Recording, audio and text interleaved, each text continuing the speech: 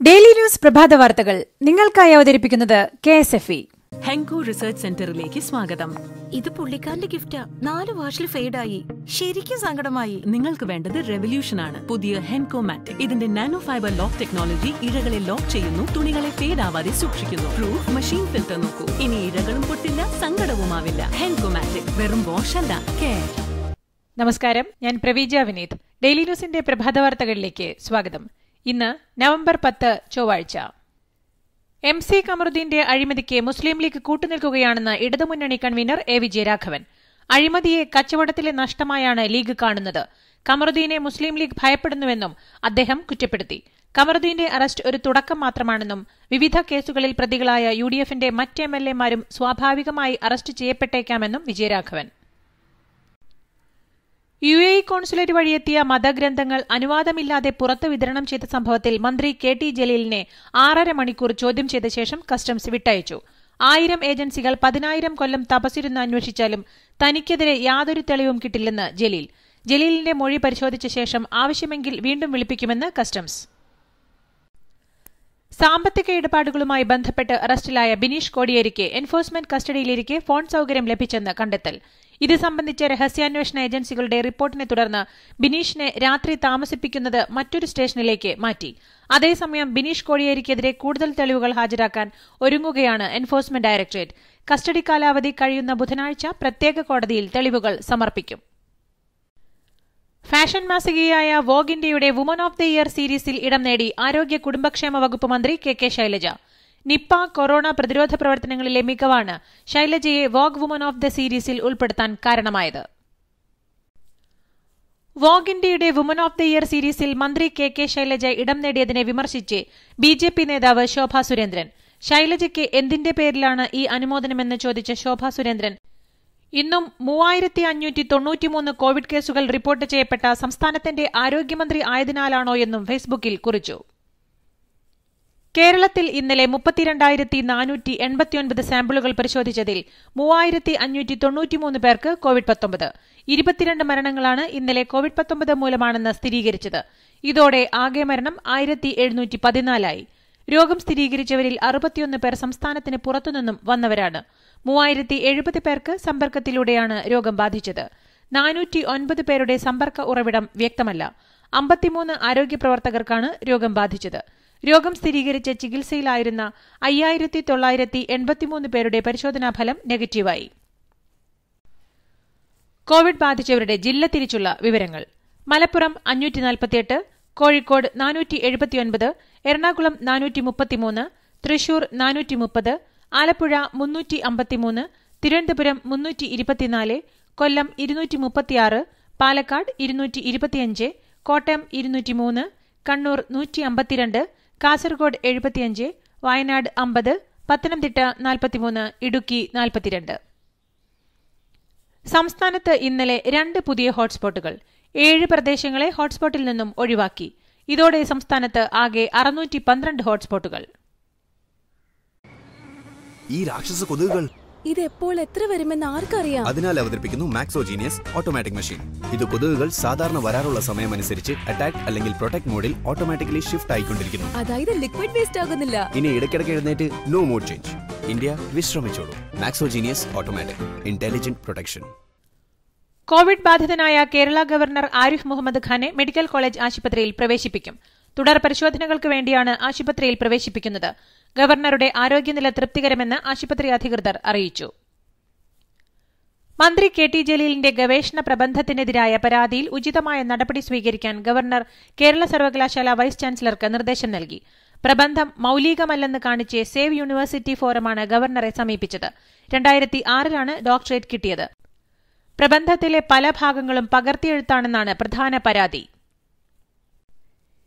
KM Shaji MLA-യുടെ ഭാര്യ ആശയെ ED ചോദ്യം ചെയ്ത ശേഷം വിട്ടയച്ചു. ആവശ്യമുണ്ടെങ്കിൽ വീണ്ടും വിളിപ്പിക്കുമെന്ന് ED അറിയിച്ചതായി ആശയുടെ അഭിഭാഷകൻ പറഞ്ഞു. മുസ്ലിം ലീഗ് നേതാവ് TT ഇസ്മായിലിന്റെ മൊഴിയും ED ഇന്നലെ രേഖപ്പെടുത്തി. ഭൂമി ഇടപാടുമായി ബന്ധപ്പെട്ട് താൻ നൽകിയ മുൻപത്തെ മൊഴിയിൽ വ്യക്തത തേടാനാണ് തന്നെ ED സംഘം വിളിപ്പിച്ചതെന്ന് TT ഇസ്മായിൽ. KM ഷാജിക്കെതിരെ നടക്കുന്നത് ഏകപക്ഷീയമായ പ്രതികാര നടപടികളാണെന്ന് യൂത്ത് കോൺഗ്രസ് സംസ്ഥാന അധ്യക്ഷൻ ഷാഫി പറമ്പിൽ MLA. KM ഷാജിക്കെതിരെ വധഭീഷണിയുണ്ടായ സംഭവത്തിൽ നടപടിയെടുക്കാൻ പോലും പോലീസ് തയ്യാറായില്ല. അധോലോക പ്രവർത്തനങ്ങളിലേക്ക് സർക്കാർ കൂപ്പുകുത്തിയ ജാള്യത മറയ്ക്കാനാണ് KM ഷാജിക്കെതിരെ നടപടിയെടുക്കുന്നതെന്നും ഷാഫി. ബീഹാർ നിയമസഭാ തെരഞ്ഞെടുപ്പ് ഫലമറിയാൻ മണിക്കൂറുകൾ മാത്രം. ഇന്ന് രാവിലെ 8 മണിയോടെ ആദ്യ ഫലസൂചനകൾ പുറത്തുവരും. 56.19% പോളിംഗാണ് 3 ഘട്ടങ്ങളിലായി രേഖപ്പെടുത്തിയിരിക്കുന്നത്. നിതീഷ് കുമാറിന്റെ നേതൃത്വത്തിൽ NDA സഖ്യം ഭരണത്തുടർച്ച തേടുമ്പോൾ തേജസ്വി യാദവിന്റെ നേതൃത്വത്തിൽ മഹാസഖ്യം അട്ടിമറിയാണ് ലക്ഷ്യമിടുന്നത്. മഹാസഖ്യത്തിന് വലിയ ഭൂരിപക്ഷമാണ് ഒട്ടുമിക്ക എക്സിറ്റ് പോളുകളും പ്രവചിച്ചിട്ടുള്ളത്. എന്നാൽ എക്സിറ്റ് പോൾ ഫലങ്ങളെ NDA തള്ളിക്കളഞ്ഞിട്ടുണ്ട്. Republic TV editor Arnab Goswami നൽകിയ ഇടക്കാല ജാമ്യാപേക്ഷ ബോംബെ ഹൈക്കോടതി തള്ളി. വിചാരണ കോടതിയെ മറികടന്ന് ഹൈക്കോടതി അർണബിന് ജാമ്യം നൽകേണ്ട അസാധാരണ സാഹചര്യം നിലവിലില്ലെന്നും ജാമ്യം നേടാൻ അർണബിന് സെഷൻസ് കോടതിയെ സമീപിക്കാമെന്നും ചൂണ്ടിക്കാട്ടിയാണ് ജാമ്യാപേക്ഷ ഹൈക്കോടതി തള്ളിയത്. തൃണമൂൽ കോൺഗ്രസിനെ പിളർത്താൻ ശ്രമം. മമതാ മന്ത്രിസഭയിലെ അംഗവും തൃണമൂൽ കോൺഗ്രസ് നേതൃനിരയിലെ പ്രബലനുമായ സുവേന്ദു അധികാരിയാണ് തൃണമൂൽ കോൺഗ്രസിനെ പിളർത്തി BJPയിലേക്ക് ചേക്കേറാൻ ശ്രമിക്കുന്നത്. ഇതിന്റെ ഭാഗമായി അദ്ദേഹം ഇന്ന് വിമതരുടെ ഒരു മെഗാ റാലി നടത്തുമെന്നും അവകാശപ്പെടുന്നു. എന്നാൽ നാരദ കേസിൽ സുവേന്ദയുടെ പേരുൾപ്പെടുത്തി തൃണമൂലിനെ പിളർത്താൻ BJP നടത്തുന്ന ശ്രമമാണിതെന്നും ആരോപണമുണ്ട്. ബോളിവുഡ് താരങ്ങൾക്കെതിരെ അപകീർത്തികരമായ വാർത്തകൾ ഒഴിവാക്കണമെന്ന് മാധ്യമ സ്ഥാപനങ്ങൾക്ക് ദില്ലി ഹൈക്കോടതിയുടെ നിർദ്ദേശം. TV ചാനലുകളിലും സാമൂഹ്യ മാധ്യമങ്ങളിലും അപകീർത്തികരമായ റിപ്പോർട്ടിംഗ് പാടില്ല. റിപ്പബ്ലിക് TV, ടൈംസ് എന്നീ ചാനലുകൾക്കെതിരെ 34 ബോളിവുഡ് നിർമ്മാണ കമ്പനികൾ നൽകിയ ഹർജിയിലാണ് ദില്ലി ഹൈക്കോടതിയുടെ ഇടക്കാല ഉത്തരവ്. വായുമലിനീകരണം രൂക്ഷമായതോടെ ഈ മാസം 30 വരെ ദില്ലിയിൽ പടക്കങ്ങൾ വിൽക്കുന്നതും പൊട്ടിക്കുന്നതും ദേശീയ ഹരിത ട്രൈബ്യൂണൽ നിരോധിച്ചു. വായുമലിനീകരണ തോത് ഉയർന്നു നിൽക്കുന്ന കേരളമടക്കമുള്ള സംസ്ഥാനങ്ങളിലെ നഗരമേഖലകളിലും നിയന്ത്രണം ബാധകമാകും. കാഞ്ചീപുരത്ത് മാധ്യമപ്രവർത്തകനെ കൊലപ്പെടുത്തിയ സംഭവത്തിൽ 4 പേരെ പോലീസ് അറസ്റ്റ് ചെയ്തു. 4 പേരും അനധികൃത ഭൂമി കയ്യേറ്റ കേസിൽ ഉൾപ്പെട്ടവരാണ്. അന്വേഷണത്തിന് പ്രത്യേക സംഘം രൂപീകരിച്ചു. നീ ഇതുവരെ നിന്റെ ബാർ മാറ്റിയില്ലേ? HL പാത്രങ്ങളിൽ ബാക്ടീരിയ 19 മിനിറ്റിൽ 700% വളരുന്നു. പുതിയ ആന്റി ബാക്ടീരിയ എക്സോയിൽ ഇഞ്ചിയുണ്ട്. സൈക്ലോസാനിന്റെ പവറിനൊപ്പം ഇനി ഇഞ്ചിയുടെ ഗുണങ്ങളും. അതായത് ബാക്ടീരിയയുടെ മേൽ ഡബിൾ ആക്രമണം.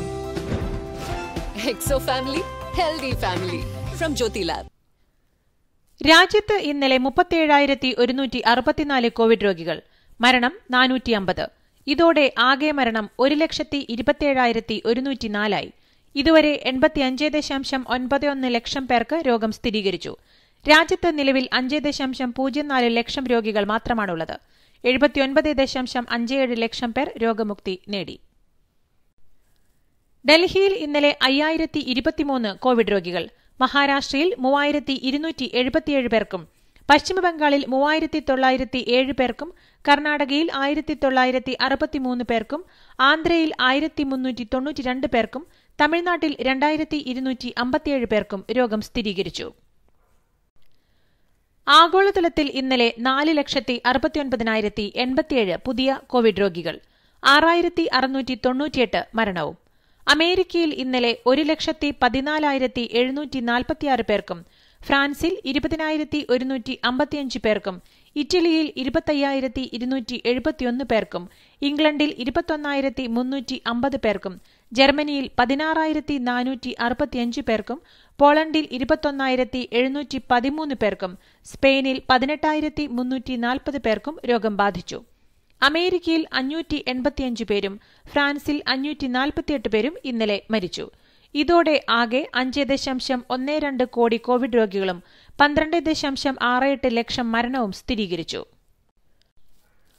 കോവിഡ് വാക്സിൻ പരീക്ഷണത്തിൽ നിർണായക നേട്ടവുമായി അമേരിക്കൻ മരുന്ന് കമ്പനിയായ ഫൈസർ.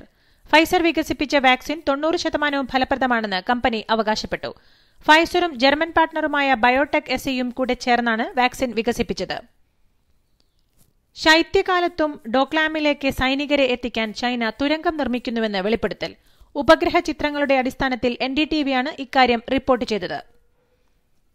അച്ഛനാകാൻ ഒരുങ്ങുന്ന Indian cricket team captain Virat കോഹ്ലിക്ക് അവധി അനുവദിച്ച് BCCI. ഇതോടെ ഓസ്ട്രേലിയക്കെതിരായ ടെസ്റ്റ് പരമ്പരയിലെ അഡ്ലൈഡിൽ നടക്കുന്ന ആദ്യ മത്സരത്തിന് ശേഷം കോഹ്ലി നാട്ടിലേക്ക് മടങ്ങും. കോഹ്ലിയും ഭാര്യയും ബോളിവുഡ് നടിയുമായ അനുഷ്ക ശർമ്മയും തങ്ങളുടെ ആദ്യ കുഞ്ഞിനായുള്ള കാത്തിരിപ്പിലാണ്. വനിതാ T20 ചലഞ്ച് കിരീടം സ്മൃതി മന്ദാനയുടെ ട്രെയിൽ ബ്ലേസേഴ്സിനെ. നിലവിലെ ചാമ്പ്യന്മാരായ സൂപ്പർ നോവാസിനെ 16 റൺസിന് തോൽപ്പിച്ചാണ് ട്രെയിൽ ബ്ലേസേഴ്സ് കന്നി കിരീടം സ്വന്തമാക്കിയത്. ടോസ് നഷ്ടപ്പെട്ട് ബാറ്റിംഗിനിറങ്ങിയ ട്രെയിൽ ബ്ലേസേഴ്സ് നിശ്ചിത ഓവറിൽ 8 വിക്കറ്റ് നഷ്ടത്തിൽ 118 റൺസ് എടുത്തു. മറുപടി ബാറ്റിംഗിൽ സൂപ്പർ നോവാസിനെ നിശ്ചിത ഓവറിൽ 7 വിക്കറ്റ് നഷ്ടത്തിൽ 102 റൺസ് എടുക്കാൻ മാത്രമാണ് സാധിച്ചത്. 13ാമത് IPLന്റെ ഫൈനൽ പോരാട്ടം ഇന്ന്. നിലവിലെ ചാമ്പ്യന്മാരായ മുംബൈ ഇന്ത്യൻസും ഡൽഹി ക്യാപിറ്റൽസും തമ്മിലാണ് കിരീടത്തിനായുള്ള പോരാട്ടം. രാത്രി 7:30 ഷെയ്ഖ് സായിദ് സ്റ്റേഡിയത്തിൽ വെച്ചാണ് മത്സരം. 5ാമത്തെ കിരീടം ലക്ഷ്യം വെച്ചാണ് മുംബൈ മത്സരത്തിന് ഇറങ്ങുന്നതെങ്കിൽ ഡൽഹി ആദ്യ കിരീടം ലക്ഷ്യം വെച്ചാണ് കളത്തിലിറങ്ങുന്നത്. ഇതോടുകൂടി ഇന്നത്തെ ഡെയിലി ന്യൂസ് പ്രഭാത വാർത്തകൾ സമാപിക്കുന്നു. ഡെയിലി ന്യൂസിനു വേണ്ടി വാർത്തകൾ വായിച്ചത് Praveeja Vineeth. The daily news .in വാർത്തകൾ വിരൽ തുമ്പിൽ.